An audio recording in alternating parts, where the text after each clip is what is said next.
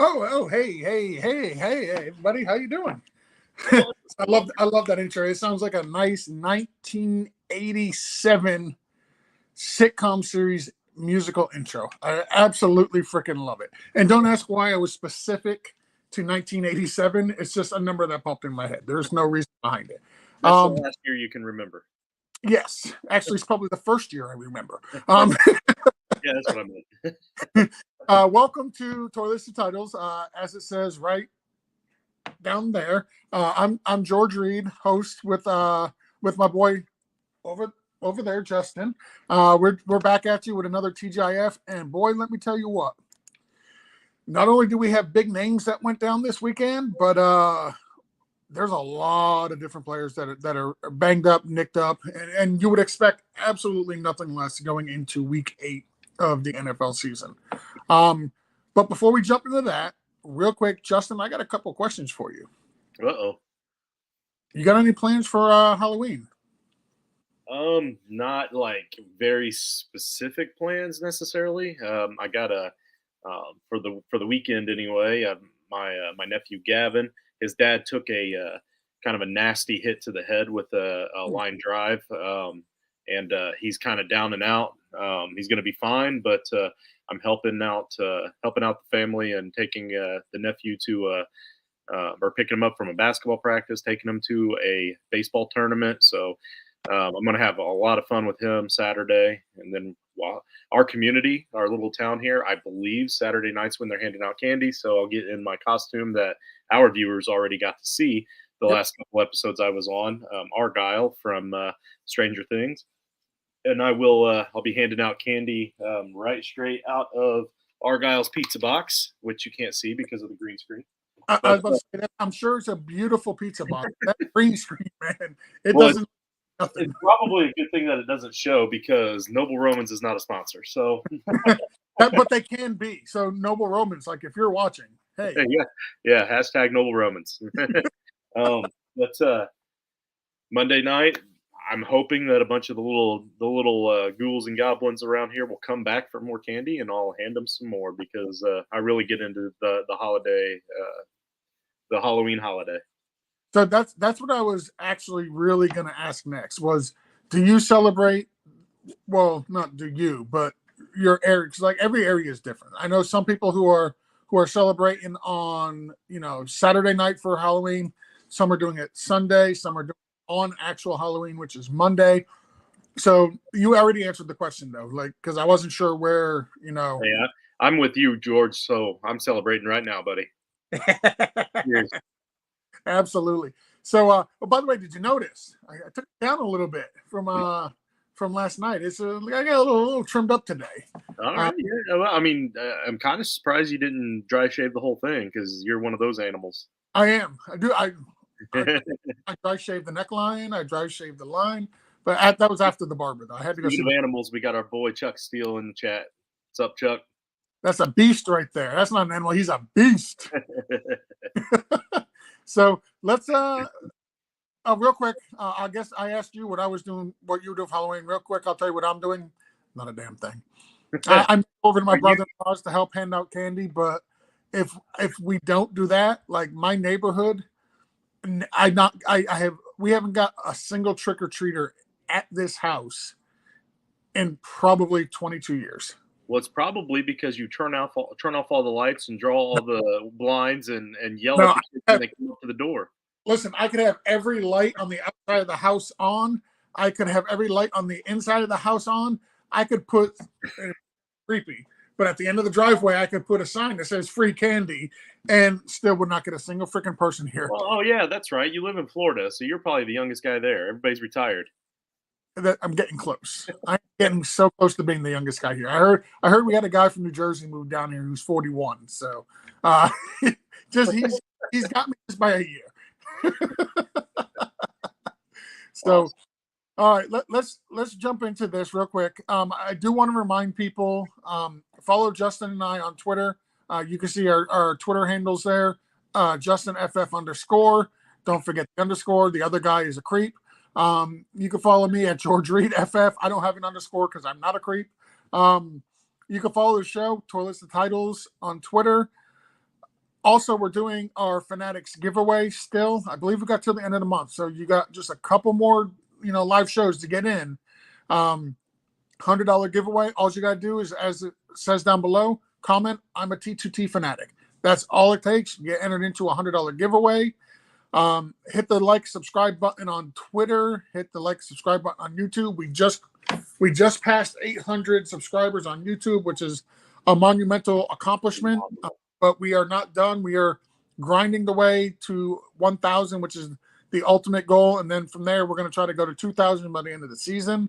High, lofty expectations, being we're already at week 8, but we're going to go for it.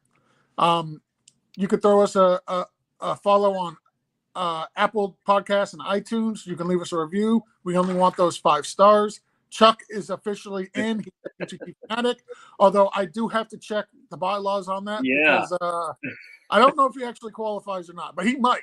He actually might qualify. So yeah, via a nice little loophole here, he might be eligible. He might be eligible. We're not sure. We have to check the bylaws. We have to check the fine print, but he might be eligible. Either way, good luck, Chuck.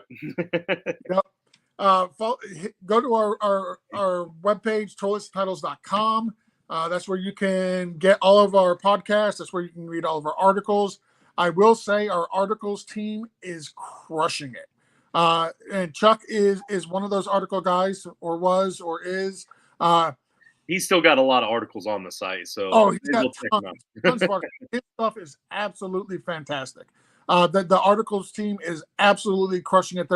They're pumping out articles like you would not believe.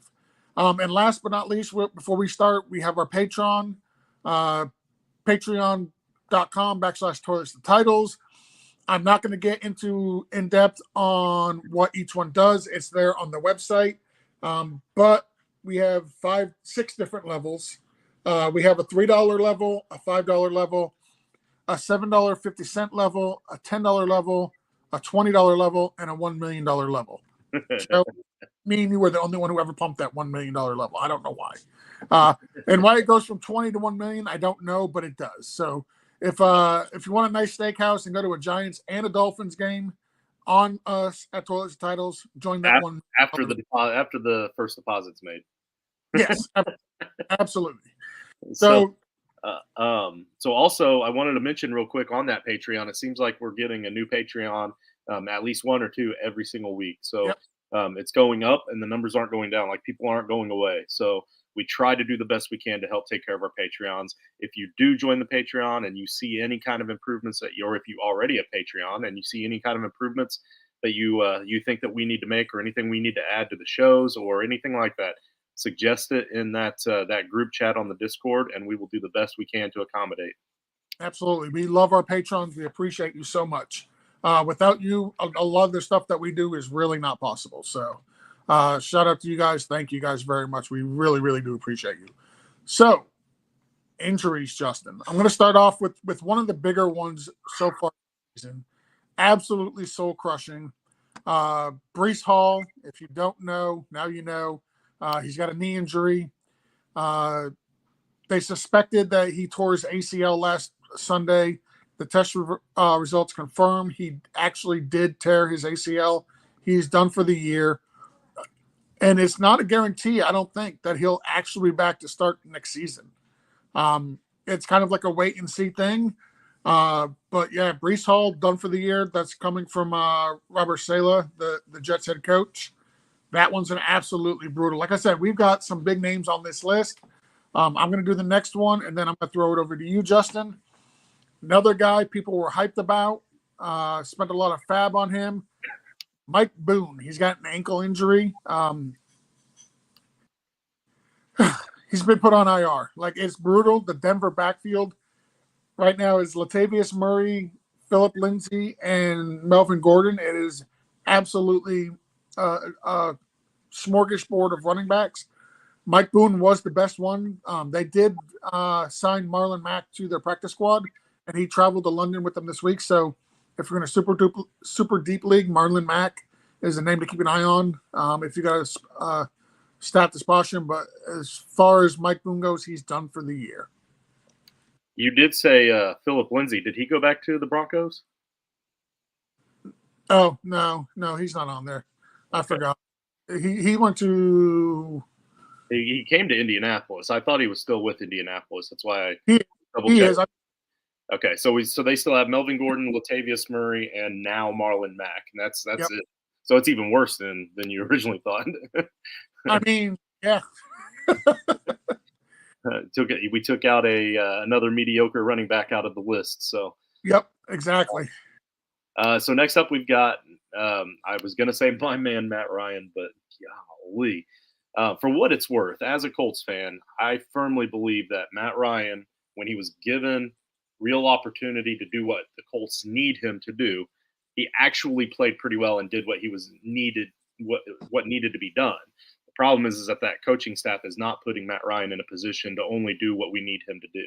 They're putting him in a position to do much more than he's any longer capable of, with an offensive line that's not able to give him the time he needs. So honestly, I hated to see Matt Ryan go down the way that he did. Not so much with the injury, but with the benching. You hate to see a guy go out that way after he's had such a long and such a solid career as a really good quarterback most of his career. So you hate to see it, but at the same time, he did say he's going to take on this backup role for Sam Ellinger. In the meantime, he is still nursing a sprained shoulder, and that's the coaching staff came out. Frank Reich came out. This is our source here. He said that the benching was going to happen with or without the injury.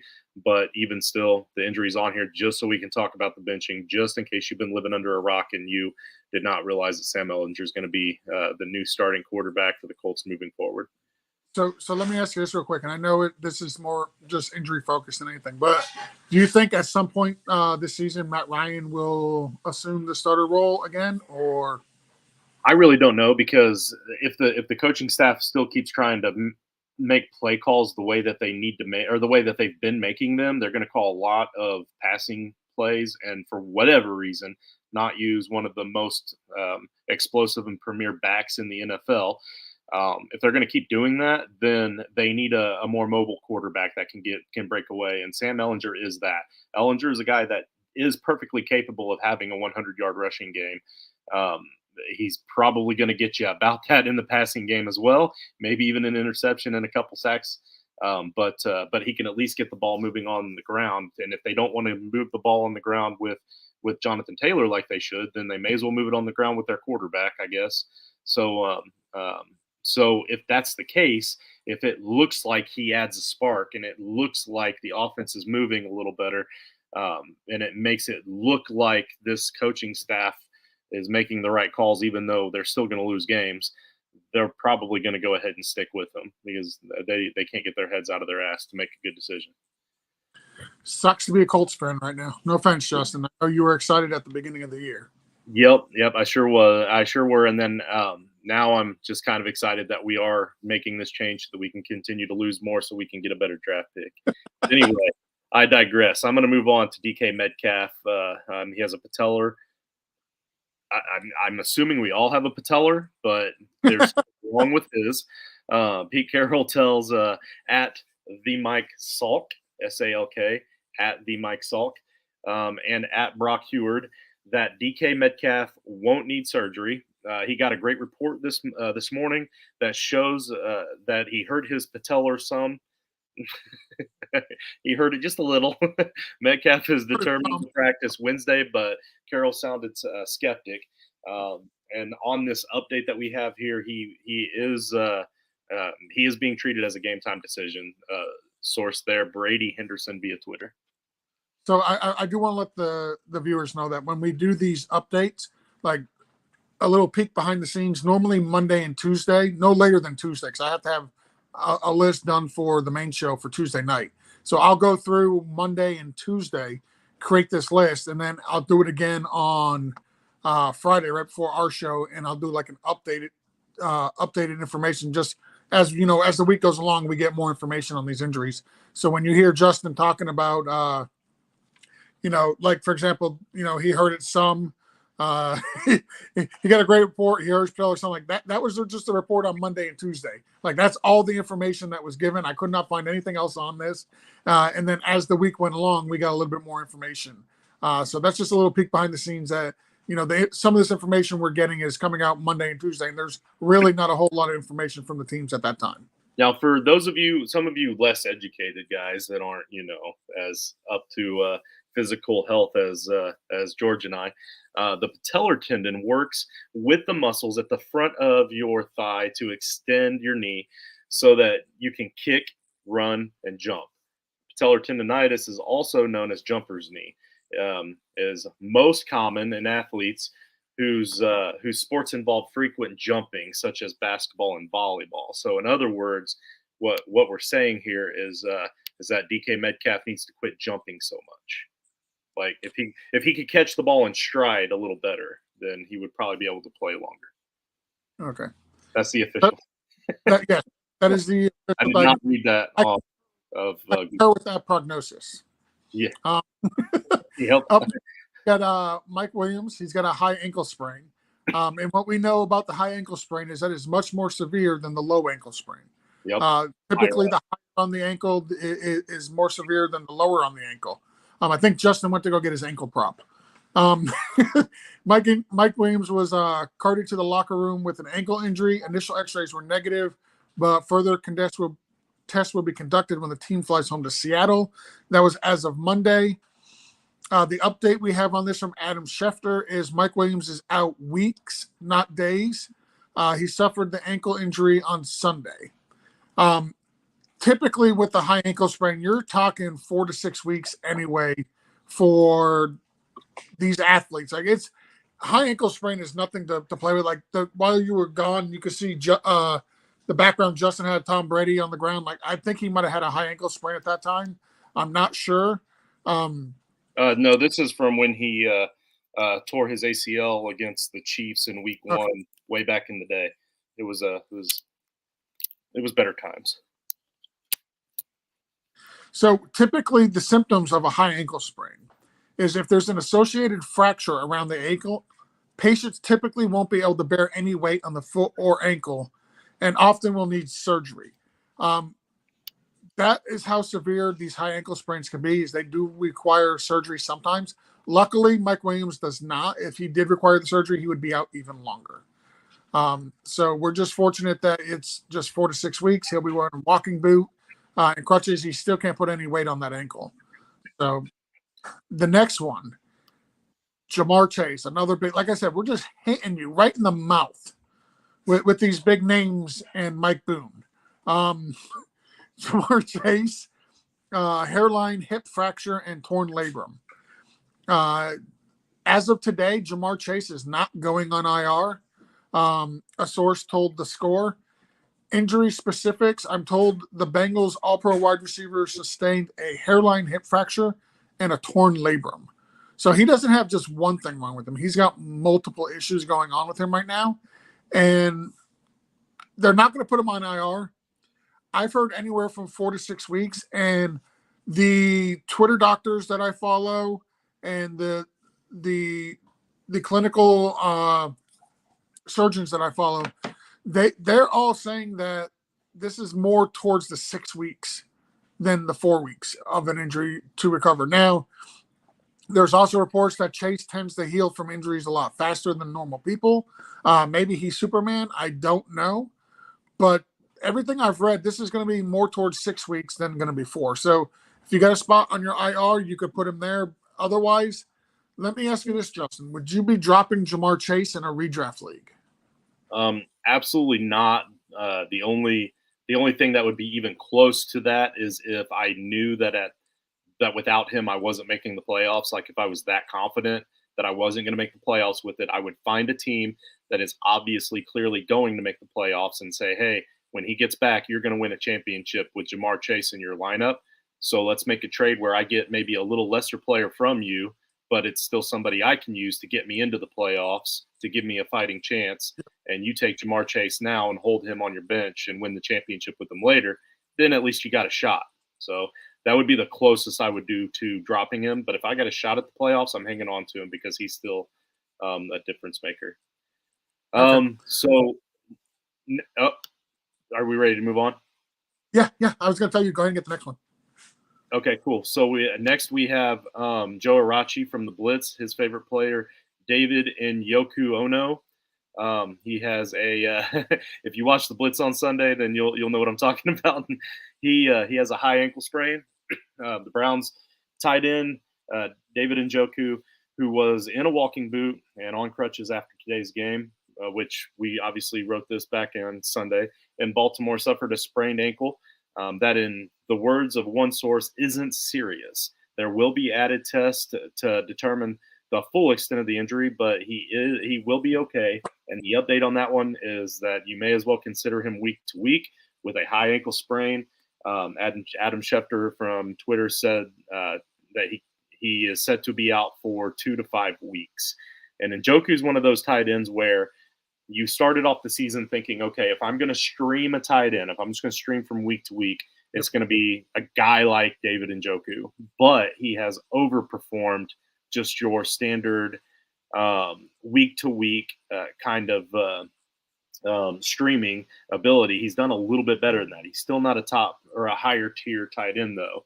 So now I'm going to push that same question on to you now. A guy like this who's not Jamar Chase level, is he a guy that you're willing to hold and hope that it's closer to the 2 weeks, so it's just like a couple bye weeks, or are you letting him go freely right now?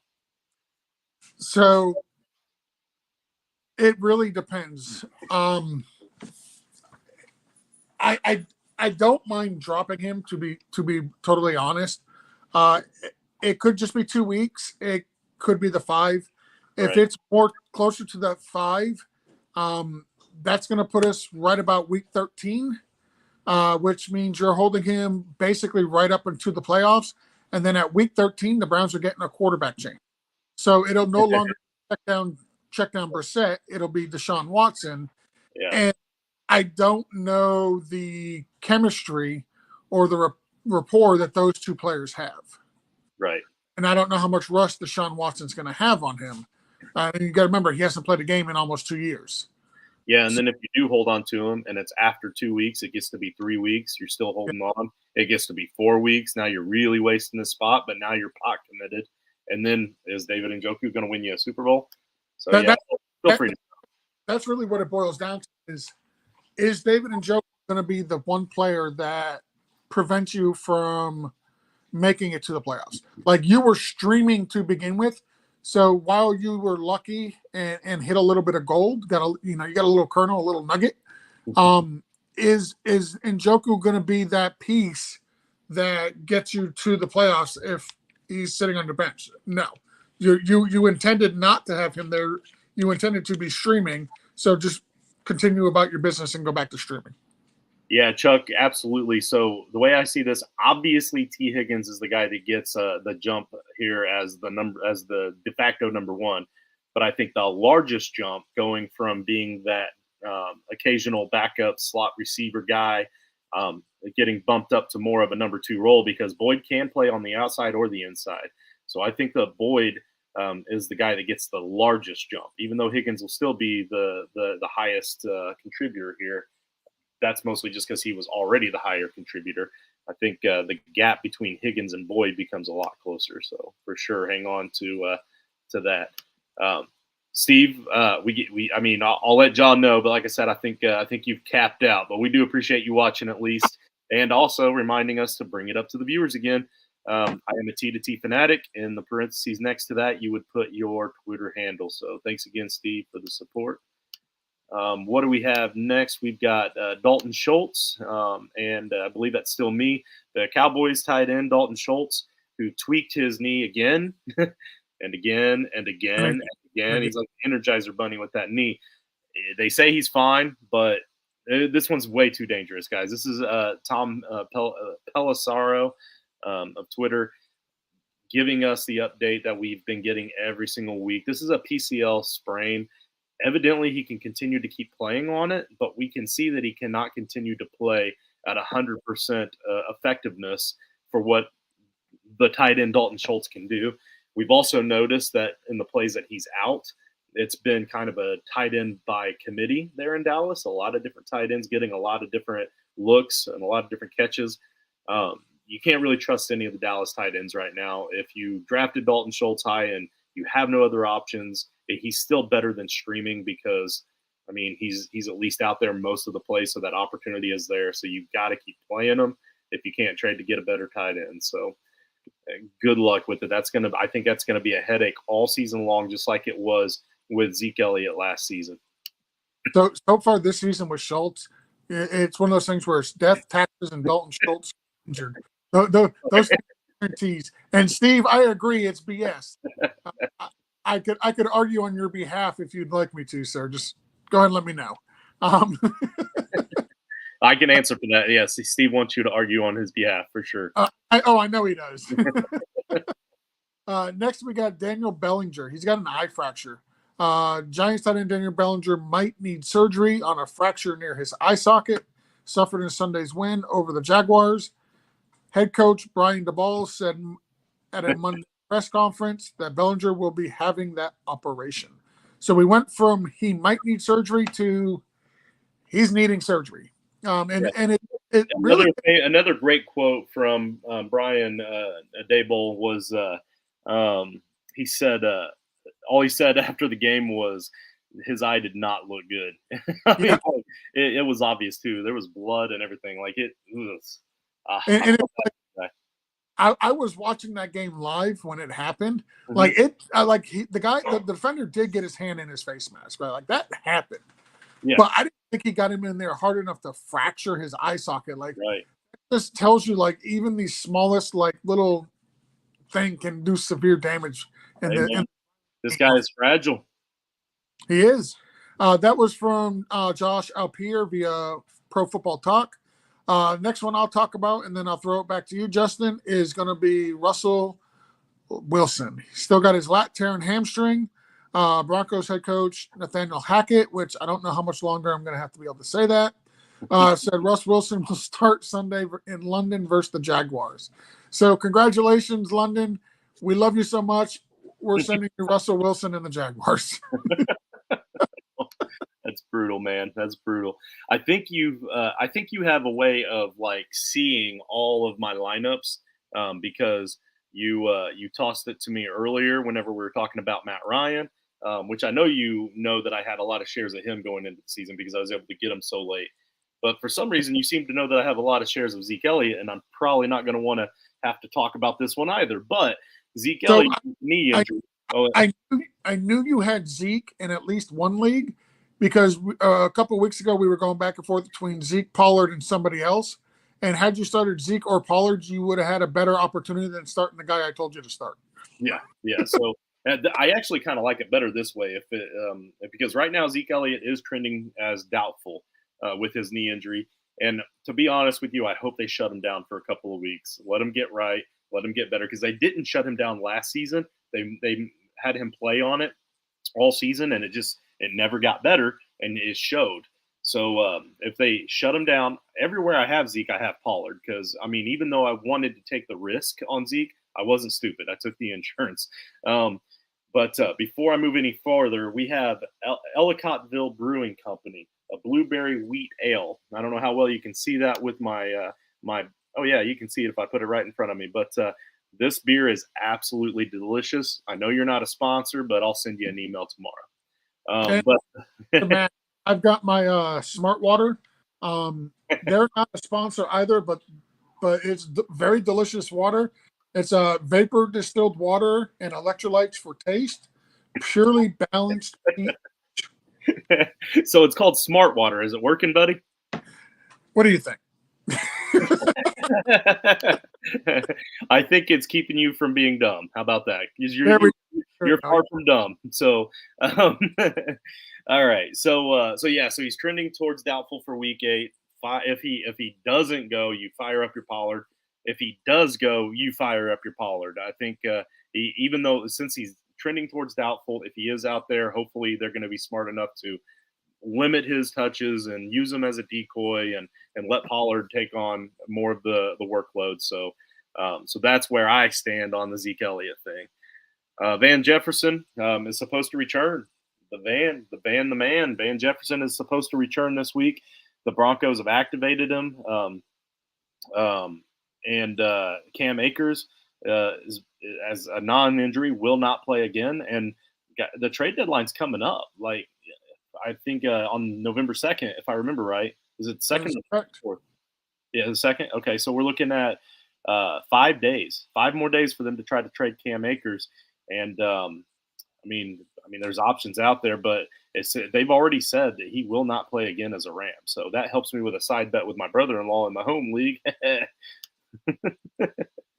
I'm hoping they do trade Cam Akers because I have him in one league, and I'm not gonna lie, Killing I. it. Well, that's the thing about Cam. He was taken in the third or fourth round in almost every draft, so he is hurting a lot of leagues if you didn't go out and couple him up with Henderson later because you realized that Henderson was the better back in that backfield, like I was trying to tell everybody in the offseason. So we all know my love for Henderson, right? Well, Yeah. I don't know if the viewers know, but That's true. I almost forgot. I shouldn't have even suggested that. You are a huge fan of Henderson. I am absolutely Henderson, but I was not able to handcuff him in this league because this is my 16-team, 3-keeper league. So every player gets to keep 3 players. I kept Cam. I drafted him last year in the 8th round, knowing he was out the whole year, just so I could keep him this year in the 7th round. That makes sense. And then last year in the 7th round, I drafted J.K. Dobbins, knowing that he was going to be out the whole year, but I would have him this year as a 6th round keeper. So that one's also killing you. Yes. So I really and Dobbins, like, I need him to come back, but he's going to come back. It's going to be a while because he's injured, but I really need Akers back because my only other 2 active running backs on my team right now are Joe Mixon and Rex Burkhead. And let me tell you, Rex ain't getting it done. Yeah, in 16 teams, though, JK at 7 and Cam at 8, that looked like an amazing stack right there. Listen, to start the season, right? Because I kept Joe Burrow, and we're getting on a tangent on my team. I know nobody cares about my team, but I'm gonna tell you the team real quick anyway. Let me pull this thing up. Well, you're about to talk about Joe Burrow, so I know my wife will listen. Yeah, I'm getting ready to talk about Joe Burrow. Yeah, you want me to move on to the next one while you find it? No, I got it right here. So my 2 quarterbacks are Joe Burrow and Malik Willis. I've got Joe Mixon. Here's my starting lineup: Joe Burrow, Joe Mixon, Rex Burkhead, Adam Thielen, Mike Evans, Zach Ertz, Marquise Goodwin, Drake London, Carolina defense. That's my starting lineup. My bench is Malik Willis, Damian Williams, J.K. Dobbins, Cam Akers, Keenan Allen, Burks, and Hunter Henry. So going into the season, like, you look at that lineup in a 16-team league, like, damn, that is a hell of a freaking team. That's pretty solid for a 12 team. I'm 2-5. It's a relegation league, so if you have the worst, exactly, Laurie. She took a nap. I didn't even know she was awake yet, but she heard Joe Burrow, and all of a sudden she's ready to roll. So yeah, the problem with this league also is the relegation league. So if you have the worst team in the league, you're kicked out. So at 2-5 with all those players, like, come on, I need something to break right. Okay, I got to break right. I watched a pregame a couple of weeks ago, and some guy was in a league like that. Only it was the guy that was the winner of the league last year got to kick out any player he wanted the next year from the league, but nobody was told until draft day when everybody got there. So somebody would be all set up and ready to roll and ready to draft, and then the guy announces right then, because there's 13 guys there, he gets to relegate who the one is that's not joining the league, and they have to just get up and walk away. Oh, that's brutal. Absolutely, I love it, but it is absolutely brutal. And so I love fantasy football, but I love people that rip on each other and have that kind of camaraderie in the league, even more so. All right. Let's continue. Chuba Hubbard, I'll take the next one. Okay. Chuba. So everybody knows that when McCaffrey was traded, I said go out and pick up Devonta Foreman. So, some people are like, no, it's going to be Chuba. No, get Chuba. He's the receiving down back. I think people forget how good Devonta Foreman was last year, replacing Derrick Henry. He was absolutely freaking phenomenal. Now, in this last game, Chuba Hubbard was dominating the carries until he got hurt. And then Devonta Foreman came in the 4th quarter and just tore it up. Had over 100 yards, looked absolutely fantastic. And now with Chuba going out, wheels up for Foreman. Panthers ruled out Chuba Hubbard for Sunday's game against the Falcons due to an ankle injury. I believe, if I'm not mistaken, he's got a low ankle sprain, so it's not anything major. They're probably holding him out for precaution, but this coming game up for the Panthers is a huge one too, because they're going up against the Falcons, and whoever wins that game is going to be the number 1 seed in the NFC South. And that is the division with the Falcons, the Panthers, the Saints, and the Bucks. So who would have thought at week 8, the team going in between the Falcons and the Panthers was for the number 1 seed in the division? That is just absolutely crazy. So Foreman has a real opportunity here with Hubbard out. If he can really show his stuff and come out and play like he did in that fourth quarter, I mean, Hubbard could have easily just lost his starting job because of the injury, even if he's not going to be out for very long. Yep. Next one we got here is Michael Thomas and Jarvis Landry. I put those two together.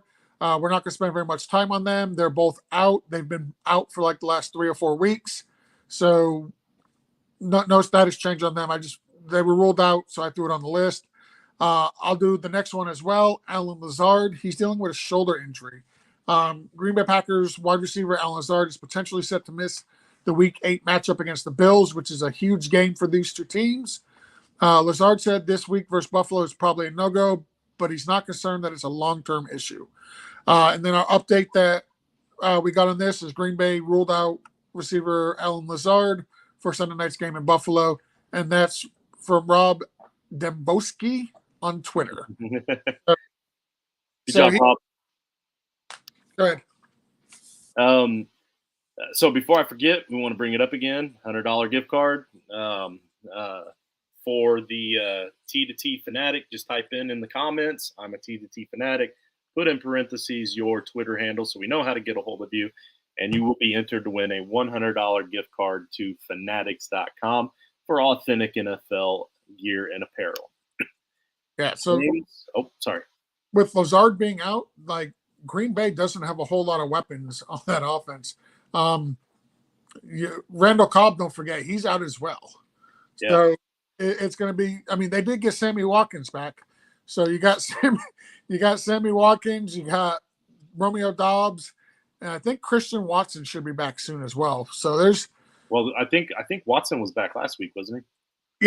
Yeah, he's back. And then with Doubs, like, dude had 4 targets last week, and 3 of them were very catchable.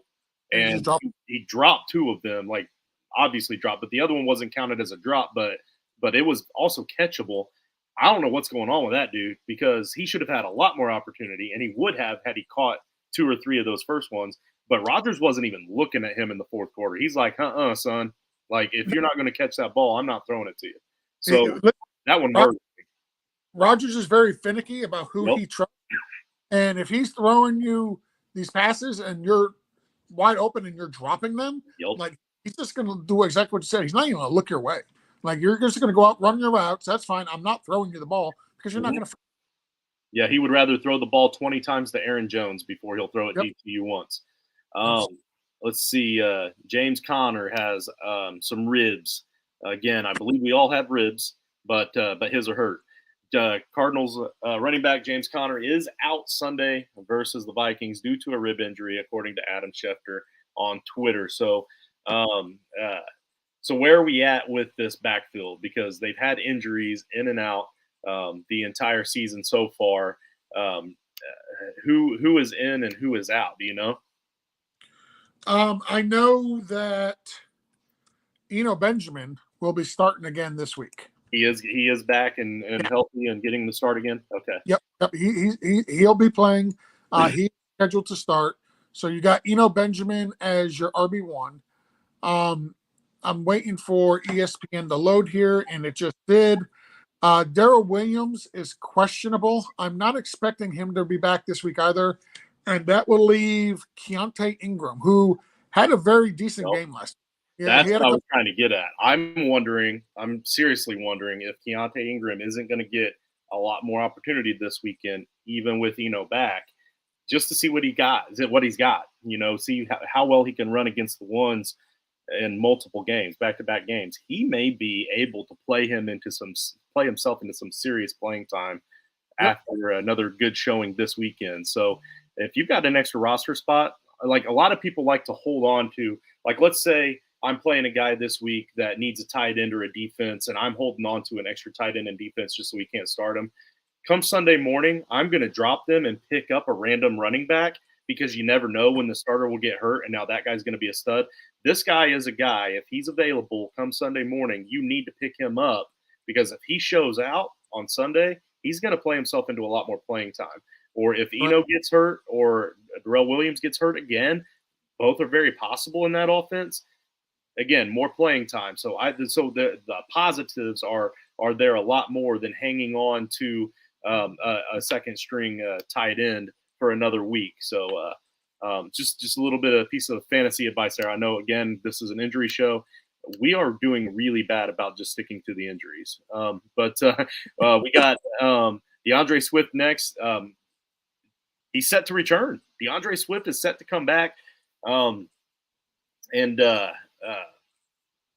He's finally off this week's injury report and is expected to play Sunday versus versus Miami. The Lions wide receiver Amon-Ra St. Brown is listed as questionable for Sunday, so we may not get him back just yet. It's still up in the air, but that offense looked way different the first couple of weeks when they were both healthy and both playing than it has been without it. Obviously, you lose two big weapons like that, that's going to be a huge hit. But that offense could really pick it back up. And I hate to say it, as much as I rip on the guy, and I always have his entire career, Jared Goff could be a viable starting quarterback for fantasy again once both of these guys are healthy and back. So now might be the time to hang on to go get him and hang on to him on your bench for a week or two and see what he can do when they get back. Speaking of Amon-Ra St. Brown, that's our next victim here. Amon-Ra, actually, I don't think I updated there we go. Amon-Ra St. Brown is on the concussion protocol still. He took an arm club to the back of the helmet. I hate to laugh because it's not that funny, but I do remember the play. On a 4-yard reception in the first quarter from Anthony Barr, he went into the medical tent for evaluation of a head injury before being escorted to the locker room. The Lions quickly ruled him out with a concussion. They didn't waste any time. I don't think that most teams are going to be wasting too much time ruling players out for head injuries, even if it looks like it might be because of all the new protocols. The update that we have here from Adam Schefter on Twitter is that he is listed as questionable, but trending towards playing versus Miami. So, again, get Jared Goff now and hang on to him and see what happens with all of his weapons out there. So real quick with him, he Amon-Ra St. Brown falls underneath the Teddy Bridgewater concussion. So he was looked at and a spotter seen that said he stumbled or he had a little woozy, and they said, nope, pull him. Yeah. So, but like he went. That's why I hated to laugh at it, but I mean, yeah. I had to laugh at it. I remember the play. he went back. He passed the concussion test. The no problem at all. But because of the spotter, now he's got to go through the concussion protocol to get back on the field. Typically, the way these have been going is Saturday is typically the day that they will clear these guys if they're able to play on Sunday. So we'll know for sure, most likely tomorrow, what's going on with Amon-Ra St. Brown. So it looks like our wives are talking in the chat. Or that could be me typing to your wife. That's probably the case. Hey, Lori, do not pay any attention to the Tinder pictures. It's not the same person. Are you saying she's being catfished? How rude.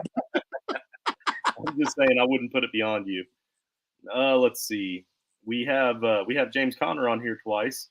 Skip him and go down. You could take Debo. Yeah, so Debo has a hamstring injury. The 49ers wide receiver Debo has a hamstring strain, to be precise, and is considered day-to-day, or is to be as precise as George and I can be. He's considered day-to-day. He's a true game-time decision. Debo has not practiced this week. Star players that are able to do what they do at that level, doesn't necessarily have to practice all week, but that is obviously a bad sign. Speaking of which, the update from Matt Barrows. We really probably should just go straight to the updates. It would save us a lot of time. Matt Barrows via Twitter says he has been ruled out for Sunday's game versus the Rams due to the hamstring injury. Or you could just continue scrolling and reading and get the whole, the whole synopsis. But that'll work too. I'm not a reader, man. You know this about me. I know. Ryan Tannehill with an ankle injury has no update, so I'm just going to read the actual report. Titans quarterback Ryan Tannehill is questionable for Sunday versus the Texans due to his ankle injury. Rookie Malik Willis would start if Tannehill is unable to go. So a couple things to think about this here. So Tannehill is more of a mobile quarterback, so the ankle will affect him if he does play. Also, the ankle is more of a reason for him not to play if he's a mobile quarterback because he does kind of rely on that. When he doesn't have the ability to move around, he is not as effective of a quarterback, and that's something that the team will consider, I'm sure. So if he does play, it might hinder his fantasy play anyway. So you might want to start thinking of second options anyhow. It's not like he's that high level of a fantasy quarterback anyway. So you probably don't own him, but you definitely do in 2 quarterback leagues. Every league should own him in 2 quarterback leagues for sure. So. Yeah, and that's the only reason I put him on the list was for a lot of our viewers do play in 2 quarterback leagues. So for them, the Tannehill injury is important. I actually went through in the Frankenstein and I picked up Malik Willis. So now I'm debating on Malik Willis or Matt Stafford. And I think Willis has the safer floor because he is a runner.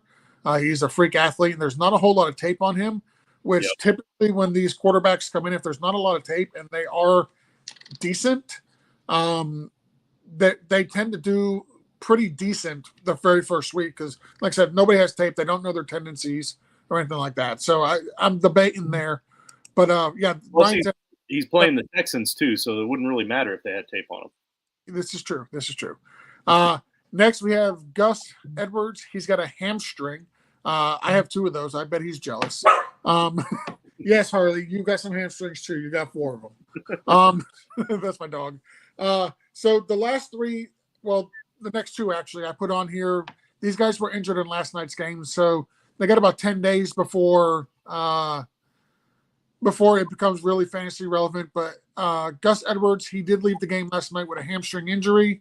Apparently, the source from NBC Sports Edge said that his hamstring injury doesn't seem too bad. So they know what's going on with his hamstring. They said it's not too bad. Another one, the player that left early is Mark Andrews. He left with his shoulder.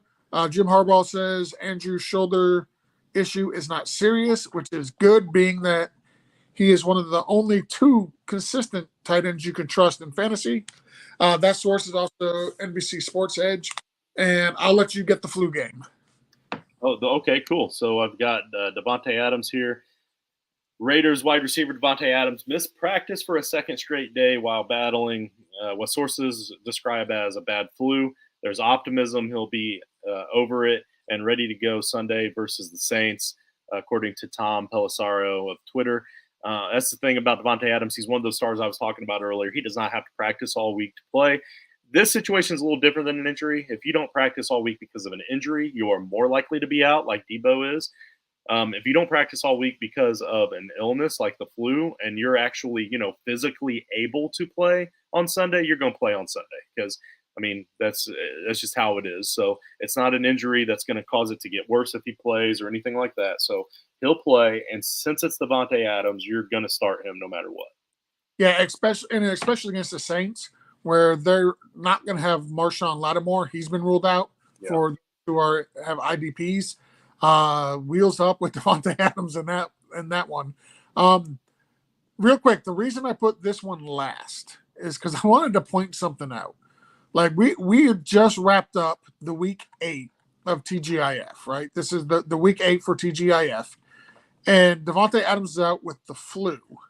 You wouldn't know that it's week 8 of TGIF because you didn't actually do the label correctly on the title of the show. But yeah. Put the date. I put the okay. The date. I'm a little anal about that stuff. People can wonder later. What date was this? Oh, okay, that was that date. Okay, I can figure that out. That was 2007. Yes, but you know what we haven't had anybody miss any games for? COVID. Oh yeah, because they dropped the regulations on it. Yeah, I just want to point that out. Like, they changed the COVID rulings last year, and we have not had a single player miss any time in the NFL with COVID this year. And I don't want to get into the whole COVID thing. I just want to say thank God that they loosened the restrictions for that and are letting the players just play. Yep. Like, it's very helpful that most of the players are vaccinated. Absolutely. Yes, absolutely. Let's see. And that they loosened up the requirements, because that was rough, dude. That was like having, like, you could seriously, we had that happen. We had guys out for 2 weeks for COVID that were also out the week before or the week after for a bye. Yep. We were without star players for 3 weeks. Like, dude, we had Broncos starting a practice wide receiver at quarterback. Kendall Hilton, but now he's getting decent playing time at wide receiver. So I feel very, very happy for the guy. Like, he deserves that opportunity. So absolutely. Good on that. And Lori made a very valid point here. I do also like a good wine, especially a good raspberry wine. I like the fruity wines, and I'm thoroughly enjoying this blueberry beer that we talked about earlier, for sure. Jason, hey, I think you're okay too. You know why he says that? Because we Venmo him money so he can go to the local Waffle House and get dinner before he goes back underneath the bridge and goes to bed. Damn it, is that what that was for? I mean, listen, he said it was for the Waffle House. I'm not going to confirm nor deny. He may have spent it on a brown bag. Jason, you're definitely not eligible, but thank you for reminding us as we close out the show. We have 4 viewers in there. If you are a T2T fanatic and you want to win a $100 gift card to fanatics.com, just type in "I'm a T2T fanatic" and then give your Twitter handle, just as Jason did right there, to show us a good sample there. Although with Jason being homeless, I do feel like he probably should be eligible, but them's the rules. I feel like if Jason was eligible and he won, what he would actually do is sell the $100 gift certificate for like $50. Go out and buy liquor with it. I feel like that's something that Jason. Yeah. So Jason, if you win, I got $50 for you, buddy. Let's see. We already did that. And raspberry is Lori's favorite too. Yeah, we're not exactly wine snobs, but you give us a good fruity wine, then we'll tear it up. So Justin, from last night. From last night's Fun Day draft show of our favorite Halloween movies. But we kind of need to get out of here because we got another show starting up soon that the boys need to get on. No, I have not posted the poll just yet because I had a hell of a day at work today. So I'm probably going to chill and relax. I may not get that put up until tomorrow. But yeah, it's definitely going to come up soon because I can't wait to officially win that draft. As you heard the dogs barking, my daughter just came home. Thank you, Harley. No, you're not, Jason. It's obvious. I showed some of my students at school today, or at the meeting that we were at, and it was I even cut off the top part that had my name. It was pretty unanimous. Most all of them said that I clearly had the best team. So they took this guy. What Justin did is he told them, "Hey, vote for this one, and I'll give you extra credit." I haven't posted it yet. I didn't even tell them all to vote at all. Like the current students, I don't normally give my Twitter handle to. That's a bad idea.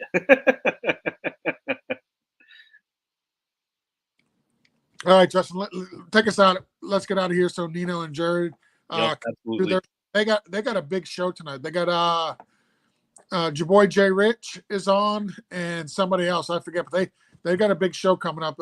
Stay tuned for the Devi show that we got coming up next. It should be starting in about 22 minutes. Yep. So, absolutely. Thanks for mentioning that.